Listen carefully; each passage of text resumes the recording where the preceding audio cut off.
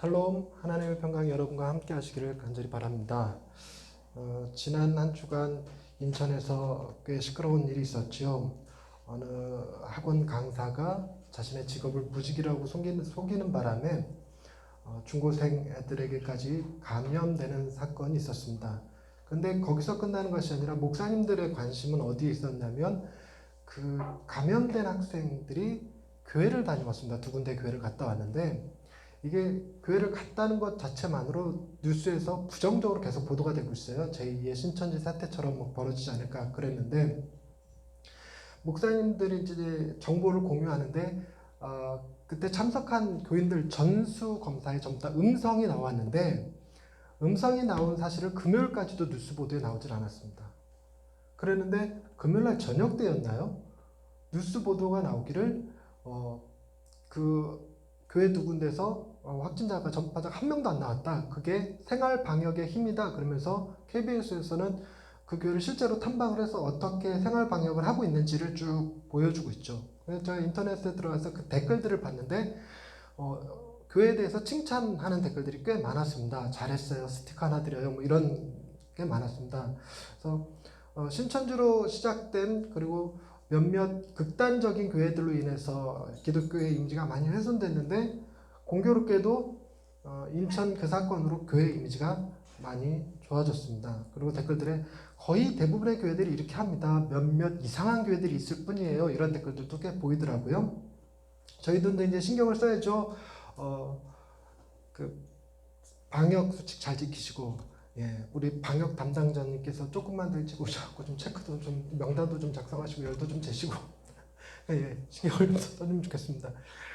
근데 그 대학생이어서 졸업하는 대학생이 자신이 학원 강사도 하고 과외 일반 개인 과외도 하고 했는데 그거를 무직이라고 속인 것은 뉴스에 보니까 한 과목만 더 이수를 하면 졸업하는데 그걸 못해서 졸업 못하게 될까봐 겁이 나서 거짓말을 했다, 무직이라고 했다라고 얘기를 하더라고요. 그래서 역학조사하는데 시간이 좀 걸려서 이게 4차 확산까지 지금 현재 벌어진 상태가 됐는데 그럼에도 불구하고 여러분 어저께까지 국내 확진자가 9명이었습니다. 9명. 그 얘기즉슨 또 확 잡아가고 있어요. 외국에서도 이태원발로 시작된 이 코로나 확진으로 인해서 한국이 방역에 실패한 거 아니냐 그랬는데 연신 또 한국 방역 훌륭하다 이렇게 또 축켜 세우는 외신들이 지금 쏟아져 나오고 있습니다. 근데 이런 과정 속에서 우리가 봐야 될 게 뭐냐면 지킬 건 지키는 사람들이 되십시다. 여러분 제가 주보에도 이렇게 뒤에 적어놓은 게 생활방역입니다. 근데 별거 없어요. 이렇게 손 잘 씻으시고 마스크 잘 쓰시고 이렇게 거리 간격 좀 띄시고 이렇게 하시면 될 것 같아요. 오늘 본문 말씀에 시작하는 말이 어떻게 시작되냐면 15절 말씀 너희가 나를 사랑하면 나의 계명을 지키리라 이러고 시작합니다. 여러분 그 대학생 그 과외 선생님이 자기가 가르치는 학생들 자기 가족들에 대한 사랑하는 마음이 있었다면 얼른 그들도 검사를 받게 해달라라고 얘기를 했어야 옳았겠죠. 그러니까 다른 사람에 대한 관심보다 우리가 다른 사람의 관심을 갖지 못하도록 만드는 게 자기 관심, 자기 애가 강하기 때문이에요. 자기가 먼저 더 중요하다 생각하고 자기가 살아야 된다고 생각하니까 잘못 판단하는 경향이 있죠. 그런데 예수님은 뭐라고 얘기하시냐면 계명을 지키기 위해서는 먼저 앞서서 주님을 사랑해야 된다는 얘기를 하십니다. 사랑해야 되는데 우리가 생각하기에 그렇잖아요. 제가 이게 지난주 마지막 말씀이랑 같은 건데 사랑한다는 게 사랑해라라는 말을 들어서 사랑이 되는 게 아니에요. 우리가 늘 고민하는 거 있죠. 어머니 아버지한테 공경하고 효도하고 잘하십시오라고 말을 듣는다고 해서 그게 제대로 되는 게 아닙니다. 서로 사랑하십시오 얘기한다고 해서 부부가 서로 사랑이 생기는 것도 아닙니다. 사랑은 대부분 진리같이 여겨지는 게 이런 겁니다. 사랑할 만해야 사랑하지 이런 거죠. 믿음과 같아요. 네가 나를 믿게 했어야 내가 너를 믿지라고 하는 것처럼. 근데 이 사랑이라는 것과 계명이라는 것도 조금 더 헷갈리는 것이 있는데 그게 뭐냐면 저희 집은요 11시가 되면 잠을 자야 됩니다. 그러니까 각자 잠을 자야 되는데 이게 좀처럼 잘 안 지켜져요. 그러니까 처음에는 10시였는데 이게 애들이 자라면서 10시 반으로 늘었다가 다시 11시로 늘었다. 지금 11시로 이렇게 정착이 됐어요. 11시로 정착이 됐는데 이걸 또 누가 깨고 있어요. 계속 이 핑계 저 핑계 대가면서 11시 10분까지 버티고 20분까지 버티고 그러고 있습니다. 근데 저는 네가 나를 사랑하면 좀 계명 좀 지켜봐 라고 얘기하고 싶어요. 근데 반대로 있잖아요. 그 반대가 뭐냐면 내가 내 자녀를 사랑하는 마음이 있어서 그냥 막무가내로 무조건 가. 네가 나 사랑한다면 가서 자야지 라고 얘기할 수가 없는 거예요. 아이는 아이대로 나랑 같이 있고 싶어 하는 걸 아니까 그런 거죠. 마찬가지로 여러분 예수님과 우리의 관계 속에 볼 때 예수님이 너희가 나 사랑하면 내 계명을 지켜라 라고 말씀하신다지만 반대로 주님은 저희 사랑하지 않으실까요? 저희 사랑하시잖아요. 주님이 저희 사랑하면 저희의 기준에도 좀 맞춰주세요 그러고 싶지 않나요? 하나님이 저희 사랑하시면 하나님의 방식과 하나님의 뜻만 고집하지 마시고 우리의 생각과 우리의 뜻도 맞춰주세요. 우리의 기도도 응답해주세요 라고 말하고 싶은 거죠. 과연 하나님은 우리에게 해주신 게 뭔데 우리더러 당신의 계명을 지키라 하십니까? 참 뻔뻔하죠. 해주신 걸 못 보고 있나요? 해주신 게 정말 너무너무 많습니다. 세어보면 한도 끝도 없이 많은 게 하나님 우리에게 주신 복입니다. 하나님이 우리에게 주신 사랑은 바다를 먹물 삼아 하늘을 두루마기 삼아 그 먹물을 찍어서 기록해도 다 쓸 수 없을 만큼 큰 것이 하나님의 사랑인 줄로 믿습니다. 그런데 그게 우리가 저는 깨달아지지 않는다는 기준이 조금 다르거든요. 기준이 조금 달라요. 여러분 사랑에 대해서 성경에 뭐라고 표현하고 있냐면 고린도전서 13장에 사랑은 오래 참고 사랑은 온유하며 사랑은 시기하지 않고 사랑은 질투하지 않으며 사랑은 불의를 기뻐하지 않고 이렇게 써 있어요. 근데 다 추상어예요. 사랑은 오래 참는데요. 오래 참지 말고 좀 일찍 좀 줬으면 좋겠어요. 이렇게 온유하다. 근데 여러분 우리가 다른 사람을 위해서 내 몸을 불사르게 내어줄지라도 사랑이 없으면 아무 소용이 없다고 그랬거든요. 그러니까 이렇게 주는 것만이 사랑이 아닌데 근데 우리는 사랑에 대해서는 어떤 관점을 갖고 있냐면 사랑은 함께 해주는 거고 사랑은 선물을 주는 거고 사랑은 스킨십이고 사랑은 헌신이고 사랑은 칭찬이고 인정하는 말이고 이런 5가지 언어들이 훨씬 더 마음에 와닿는데 성경은 그런 얘기를 하지 않아요. 하나님이 우리를 사랑하시는데 어떻게 사랑하시느냐? 온유하고 오래 참으시고 시기하지 않고 질투하지 않고 불의를 기뻐하지 않고 하는 형태로 우리를 사랑하고 계신대요. 그러면서 말하는 게 너희도 나 사랑하라 이렇게 얘기한다는 거죠. 근데 오늘 본문은 조금 다른 표현을 쓰고 있습니다. 그게 뭐냐면 15절 말씀을 다시 한번 읽어봅시다. 15절 말씀 함께 읽겠습니다. 시작. 너희가 나를 사랑하면 나의 계명을 지키리라. 여러분 끝에 끝나는 동사 이게 끝나는 말을 잘 다시 한번 보세요. 너희가 나를 사랑하면 나의 계명을 지켜라가 아닙니다. 이게 우리의 이 인식이 자꾸만 이렇게 뭔가 이렇게 주님이 우리에게 명령하시는 것처럼 느끼는 경우가 많아서 사도행전 1장 8절에 성령이 너희에게 임하시면 너희가 권능을 받고 예루살렘과 온 유대와 사마리아 땅끝까지 이르러 내 증인이 되리라 라고 쓰여 있습니다. 되리라 라고 쓰여 있지만 자꾸만 우리는 암송을 어떻게 하냐면 내 증인이 되라 라는 명령으로 들어요. 그래서 너희가 예수님을 믿는다면 뭐 해야 되느냐? 세상 끝에까지 가서 전도해야지. 그게 믿는 거지 라고 얘기한다는 거예요. 오늘 본문 말씀도 똑같이 적용돼요. 뭐냐면 너희가 예수님을 사랑한다고 말로만 그럴 게 아니라 정말로 사랑한다면 너희가 예수님의 계명을 지켜야지 라고 얘기한다는 거예요. 근데 본문은 뭐라고 돼 있어요? 지켜라가 아닙니다. 정말 중요한 차이예요. 지켜라가 아니라 지키리라. 이게 둘 차이가 뭐냐면 내 증인이 되라랑 되리라의 차이는 미래 예언적 말씀과 명령의 차이입니다. 달리 얘기해서 오선아 너는 대학생이 되어라 라고 얘기하는 것. 그러면 네가 대학생이 되기 위해서 무지하게 공부하고 열심히 수고하고 노력해서 대학에 합격해야 돼. 합격을 못했으면 어떻게 해? 재수하고 삼수하고 사수하고 오수하고 끝내 10번 넘어지면 11번 도전해갖고 대학생이 되어야 하면 돼. 그런데 내가 너한테 대학생이 되어라 라고 얘기하지 않고 넌 대학생이 되리라 라고 얘기하면 너는 대학생이 될 생각이 별로 없어도 자연스럽게 어느 순간 뒤돌아보면 뭐가 돼 있냐면 대학생이 돼 있어. 그래갖고 MT 가서 소주 마시면서 이러고 있을지라도 어쨌든 간에 이건 예언이라는 겁니다. 여러분들한테 제가 다 죽어라 라고 말하는 건 말도 안 되는 얘기지만 다 죽게 될 것입니다 라는 건 말이 되죠. 우리는 다 죽을 겁니다. 이거 미래의 예언이라고. 그러니까 주님이 우리더러 뭐라고 했냐면 너희가 나 사랑하면 어떻게 니들이 어떻게 될 거냐면 나의 계명을 지키고 있게 될 거야. 이렇게 된 거예요. 이건 힘든 일일까요? 쉬운 일일까요? 쉬운 일이라는 얘기입니다. 계명을 내가 지켜야지라고 생각하면 힘든데 계명을 지키리라 하는 예언적 말씀은 그게 우리에게 편해요. 여러분 숨 쉬는 게 편합니까? 숨 안 쉬는 게 편합니까? 숨 쉬는 게 편하죠. 근데 숨 쉬는 거 인식합니까? 인식 잘 못하죠. 이런 형태예요. 이게 조금 어불성설일지 몰라도 조금 억지스러운 표현이었을지 몰라도 좀 더 쉽게 바꾸면 이런 겁니다. 여러분 지하철을 타셨어요. 전철에 딱 앉아있는데 앞에 배 이만큼 나오신 만삭이신 임산부가 딱 서 있습니다. 앉아있는 게 편할까요? 서는 게 편할까요?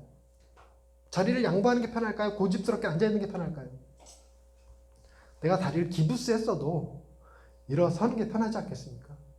그러면서 여기 앉으세요 라고 얘기하는 게 편하겠죠. 그러니까 우리들 너희가 예수를 믿으면 자리를 양보해라 라고 말하는 것과 양보하게 되리라 라고 말하는 거의 차이를 이해하시라는 겁니다. 그런데 우리가 또 하나 궁금한 게 있습니다. 우리가 주님을 사랑하기는 하는데 근데 문제는 계명이 뭔지 알아야 지키지. 계명이 뭔지를 알아야 지키죠. 여러분들한테 요구하는 계명 제가 지난주에 하나 딱 말씀드렸습니다. 뭐였습니까? 10분 일찍 좀 오라고. 10분 일찍. 반주 좀 일찍 와서 좀. 알아도 못 지켜. 알아도. 그런데 여러분 그 유대인들이 제시했던 계명은 613가지였습니다. 우리가 그걸 못 외워요. 그러니까 몰라서도 못 지킵니다. 그런데 10계명은 아십니까? 10계명? 10계명 아시죠? 1번 제1은 나 외에 다른 신을 섬기지 마라. 제10은 10원이라도 남의 소유를 탐내지 마라. 다 알고 계시는군요. 1번과 10번만 알면 다 아는 거죠. 근데 그것도 너무 길어. 너무 많아. 모르겠어. 그래갖고 우리가 찾아내는 게 있죠. 예수님한테 서기관이 와갖고 묻습니다. 율법의 가장 큰 것이 무엇입니까? 가장 큰 계명이 무엇입니까? 그랬더니 예수님이 단 2개로 압축 확 해서 줬죠. 무엇입니까? 하나님 사랑과 이웃 사랑입니다. 하나님 사랑과 이웃 사랑. 그런데 그것도 너무 긴 것 같아. 그것도 너무 긴 것 같으면 좀 짧은 걸로 찾아보십시다. 13장 34절 한번 읽어보세요. 13장 34절. 요한복음 13장 34절. 한 목소리 읽겠습니다. 시작. 새 계명을 너희에게 주노니 서로 사랑하라. 내가 너희를 사랑한 것 같이 너희도 서로 사랑하라. 지금 예수님께서 14장의 이 계명, 너희가 나를 사랑하면 나의 계명을 지키리라 라고 하시는 말씀 이전에 가장 가까이에 하셨던 주님이 주신 새 계명, 그건 뭐였냐면 서로 사랑하라는 거였어요. 서로 사랑하라. 서로 사랑하라. 그러니까 너희가 나를 사랑하면 너희가 서로 사랑하게 될 거야 라고 얘기하시는 것과 같다는 거죠. 우리는 주님을 사랑한다면 보이지 않는 주님을 사랑한다고 말로만 할 게 아니라 보이는 내 옆에 있는 형제를, 내 가족을, 내 친척들을 사랑하는 것으로서 내가 주님을 사랑한다 할 수 있습니다. 그러나 제가 계속 주장하는 게 뭐죠? 그렇게 이웃을 사랑해야 된다가 아닙니다. 내 옆에 있는 사람을 사랑해야 된다가 아닙니다. 우리가 주님을 사랑하는데 그것 때문에 내 옆에 있는 사람을 사랑하고 있더라는 거예요. 내가 그렇게 변화되는 거예요. 내가 주님을 사랑한다 하면서 내 이웃을 미워하는 게 쉽지가 않아요. 어려워요. 도리어 사랑하는 게 쉬워요. 복수하는 것보다 용서하는 게 쉬워요. 그렇게 묘하게 바뀌게 되더라고요. 그 얘기는 뭔 말이냐면 중요하게 받아들여야 건 우리를 변화시키는 힘이 뭐다? 주님을 향한 우리의 사랑이 우리를 바꿔요.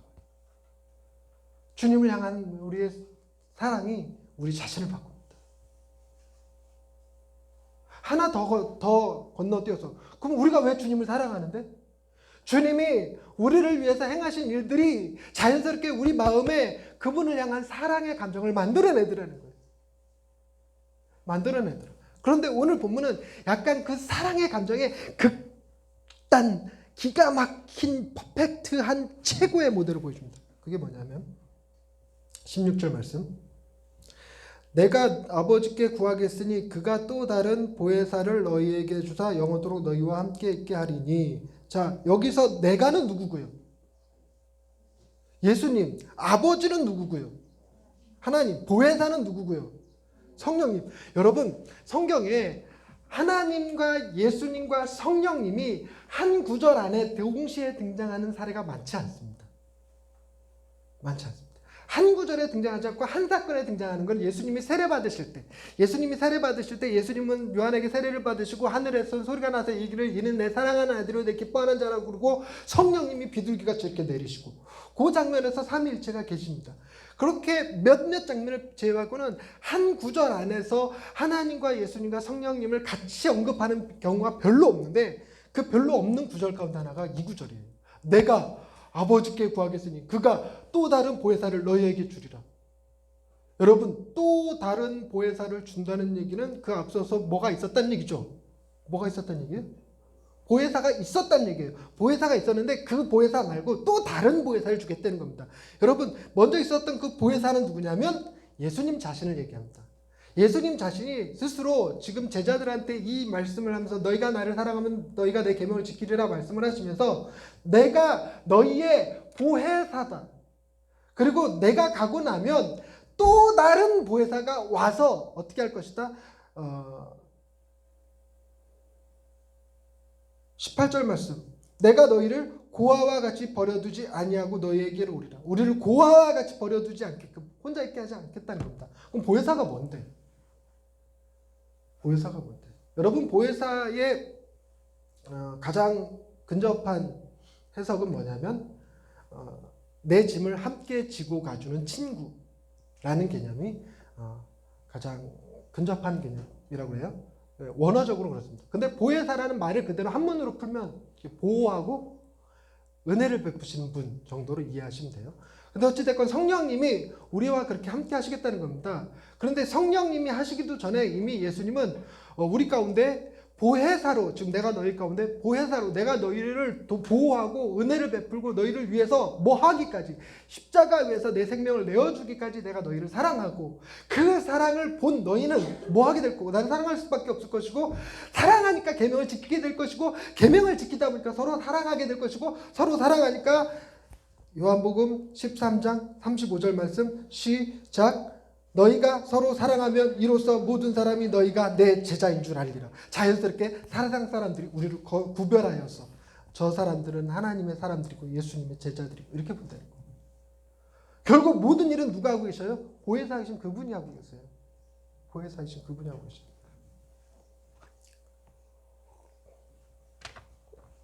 그런데 이 본문이 더 기가 막힌 건 이렇게 기가 막힐 수가, 이렇게 기가 막힐 수가. 다시 6절 말씀. 내가 아버지께 구하겠으니 그가 또 다른 보혜사를 너희에게 주사 영원토록 너희와 함께 있게 하리니. 여기에 누가 등장하냐면 예수님, 하나님, 성령님이 등장하십니다. 성령님이 등장하시고 누구도 등장합니까? 너희, 나. 원만 타임. 이게 굉장히 중요한 거니까. 이 한 구절에 예수님, 하나님, 성령님이 등장하고 또 누구도 등장하냐면 나도 등장합니다. 너희라고 표현해요. 나. 자, 아이고 두드리면 안 되는데. 이거 녹화해갖고 틀어서 녹음해갖고 녹화해갖고 나중에 확인해볼까? 이게 두드리니까 두드리는 게 들을 때 여기서 쾅쾅쾅쾅 두드리지 말아야 되는데 이 습관이. 하나님, 예수님, 성령님이 계시는데 우리는 이 세 분들 가운데 어디에 있는 걸까요? 질문 이상하다 이러면 대답하기 힘들 것 같아요. 하나님, 예수님, 성령님이 등장하는데 이 세 분이 누구를 중심으로 등장하고 있나요? 나. 놀라운 건 예수님, 성령님, 하나님이 우리를 중심으로 지금 등장하고 계셔요. 주님이 우리를 위해서 하나님께 기도하고 하나님은 우리를 위해서 보혜사를 보내시고 보혜사는 우리와 함께 계셔요. 그래서 이 이야기의 중심은 누가 있냐면 바로 저와 여러분이 있다는 겁니다. 여러분 이게 얼마나 기가 막히냐면 세상에서 다른 종교들은요 사람을 창조할 때 신들이 막 서로 싸우고 다짜고고 열받으니까 막 뭘 하나 집어 던졌는데 남자가 되었다더라, 뭘 집어 던졌는데 여자가 되었다더라, 뭐 화가 나고 칼을 한번 확 휘둘렀더니 저 둘로 쪼개졌는데 한쪽은 남자가 되고 한쪽은 여자가 되었다더라. 이런 어떤 폭력과 투쟁과 전쟁의 이미지로 그려져요.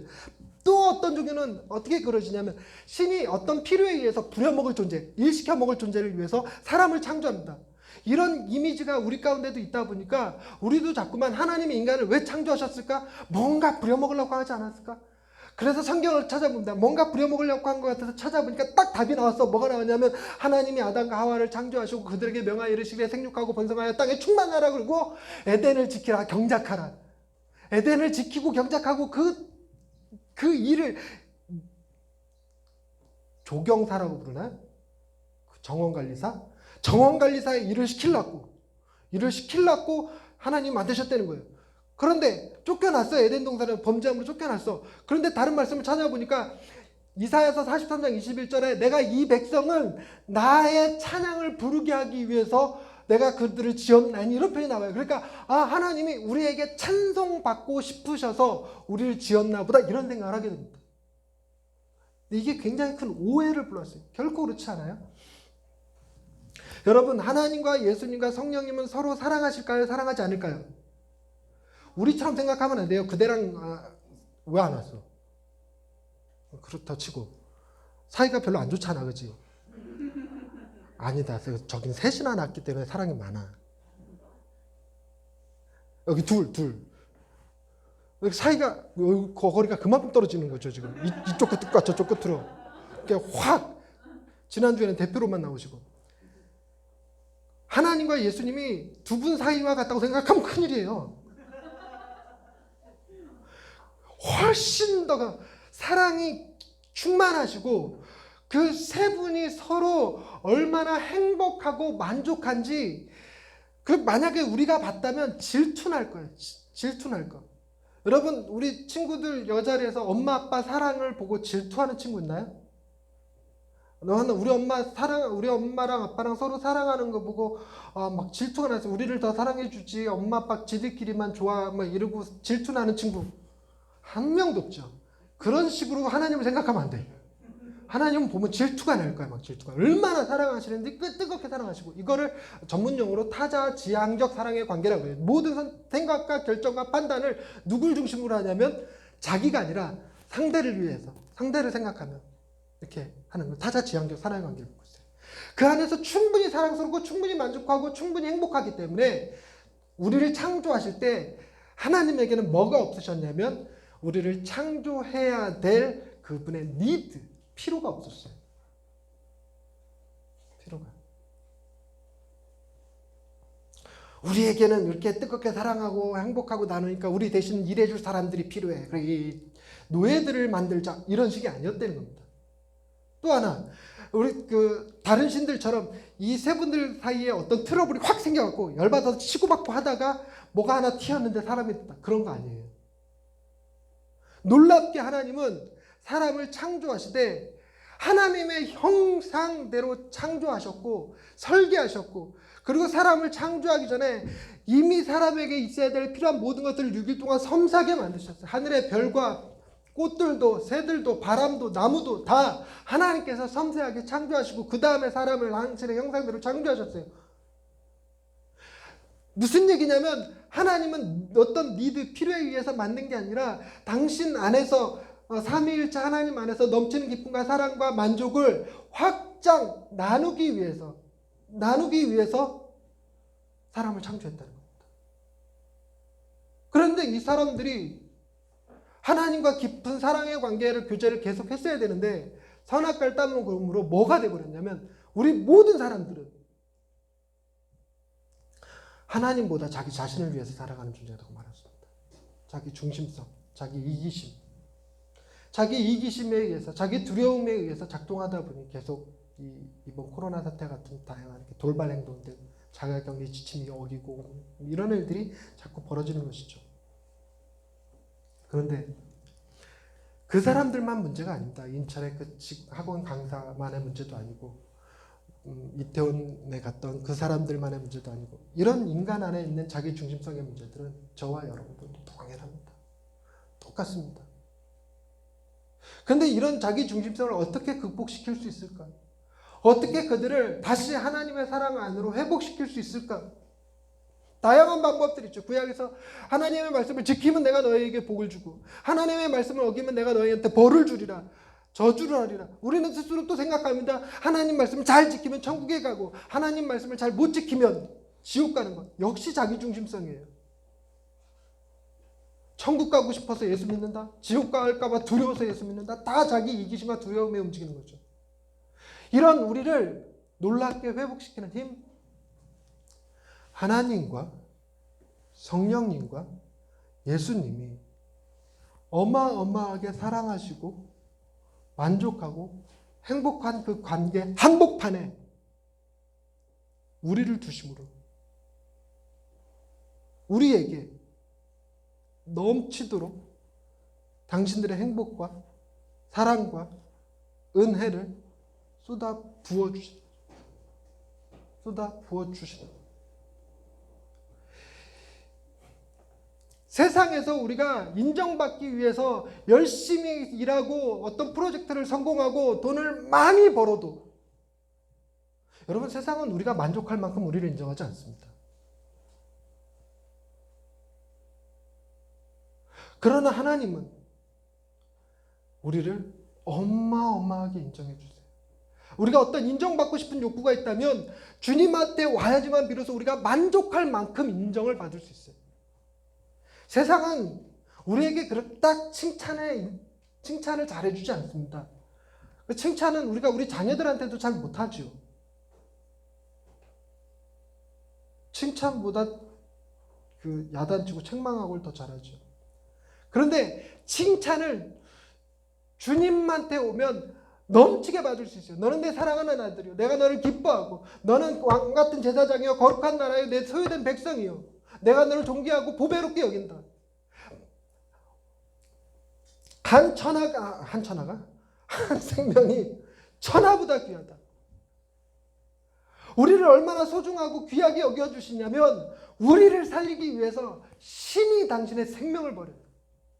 신이 당신이 살기 위해서 우리를 싹 다 멸하는 게 아니라 우리 한 사람의 생명을 구하기 위해서 신이 당신의 생명을 버려요. 그러면서 하나님이 뭐라고 그러냐. 너는 내가 사랑하는 아들, 내 기뻐하는 자와 맞바꾼 존재. 넌 너무나도 소중한 존재. 주님이 우리를 그렇게 인정하시고 우리를 그렇게 칭찬하시고 우리를 그렇게 사랑해 주심으로 우리가 비로소 뭐 하게 되는 거예요? 이게 내 중심적인 생각에서 벗어나서 점점 삼위일체 하나님 그분의 사랑하시는 방식들을 닮아가게 됩니다. 닮아가게 돼서 그게 편해요. C.S. 루이스가 이런 말을 했더라고요. 사람들이요 천국과 지옥에 대해서 부당하다고 생각하는 사람들이에요. 사랑의 하나님이 어떻게 지옥을 만들 수 있어? 이런 거죠. 그런데 그 C.S. 루이스가 이렇게 얘기합니다. 하나님이 없다고 생각해 보십시다. 하나님이 없는데 사람이 죽어서 영원히 사는 존재라면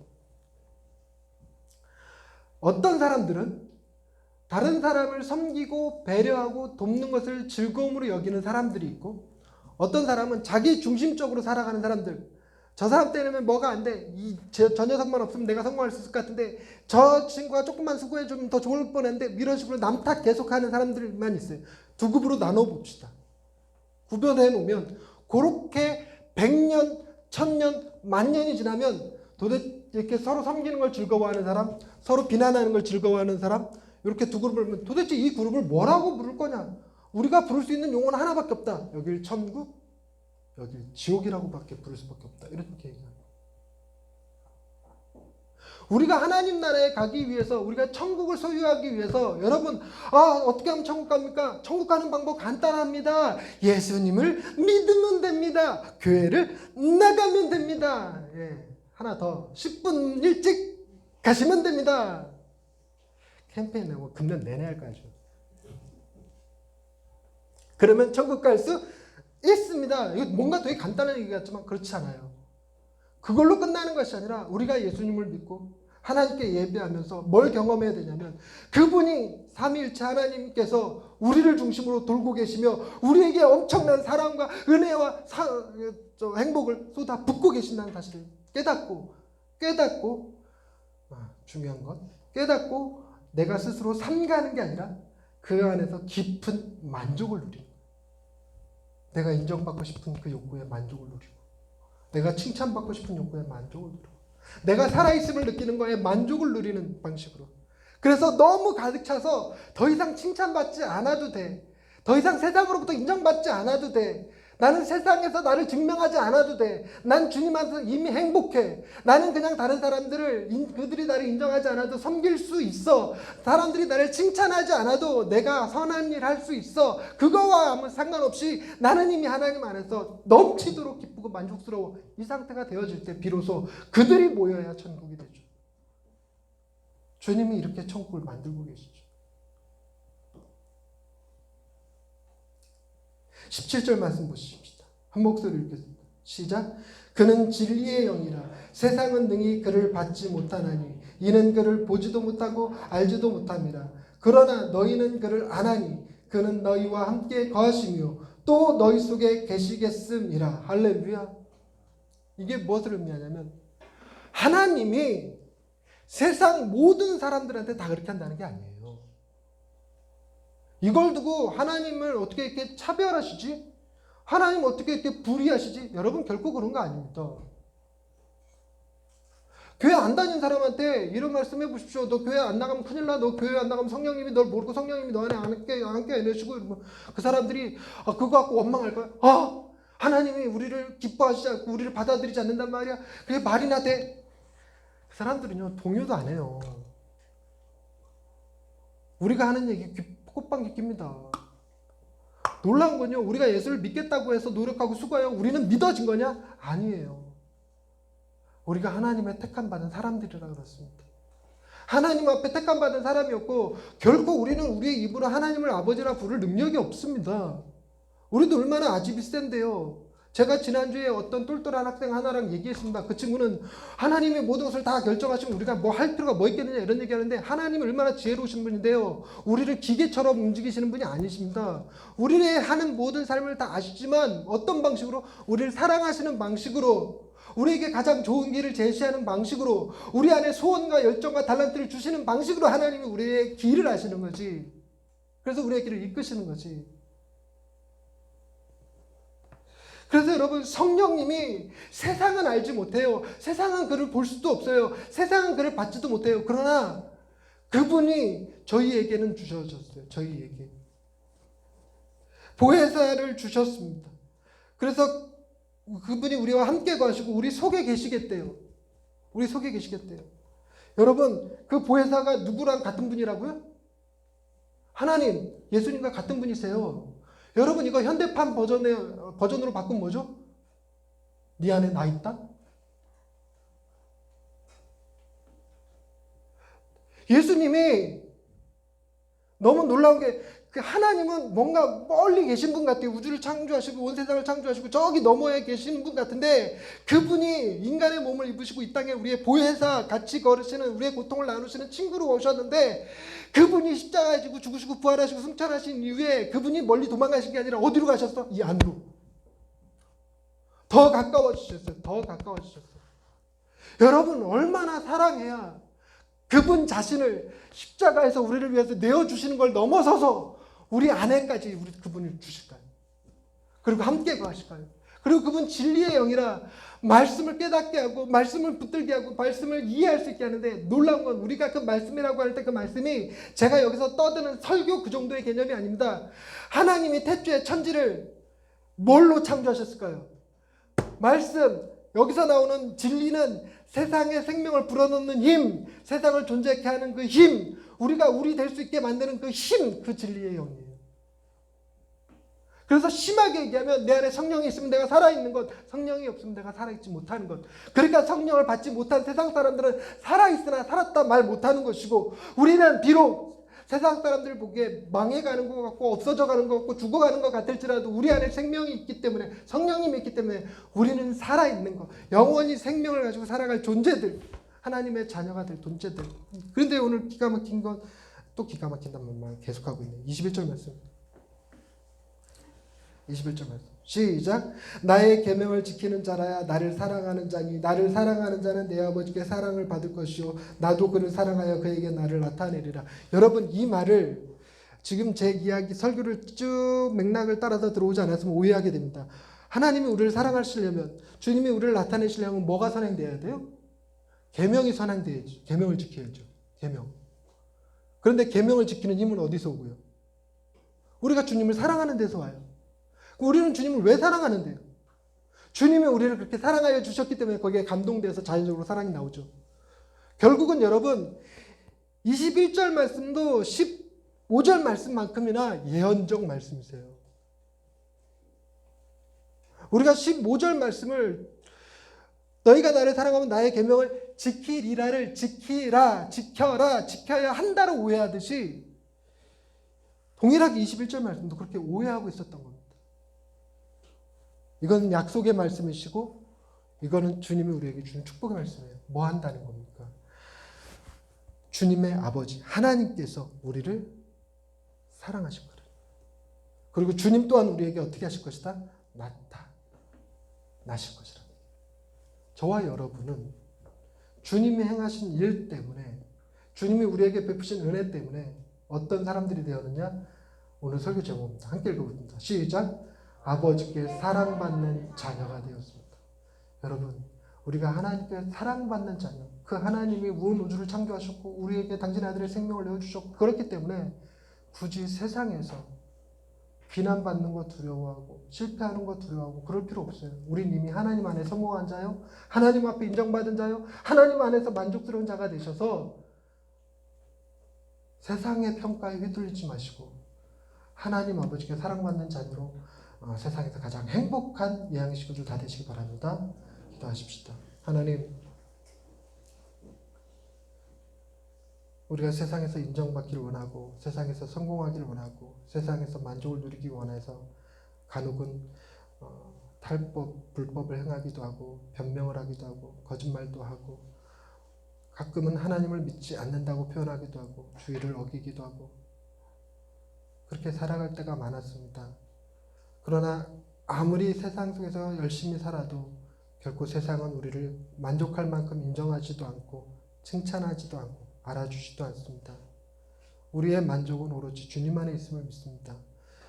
주님 안에서, 말씀 안에서, 예배 안에서 위로받고 인정받고 사랑받고 존경받는 하나님의 거룩한 자녀들이 되었음에 세상에서 거짓과 타협하고 불의와 타협하지 않고 오로지 하나님이 기뻐하시는 삶을 살아갈 수 있는 예양의 식구들 다 되게 하옵소서. 우리의 만족은 오직 하나님께 있음을 고백하며 예수님의 이름으로 기도드립니다. 아멘.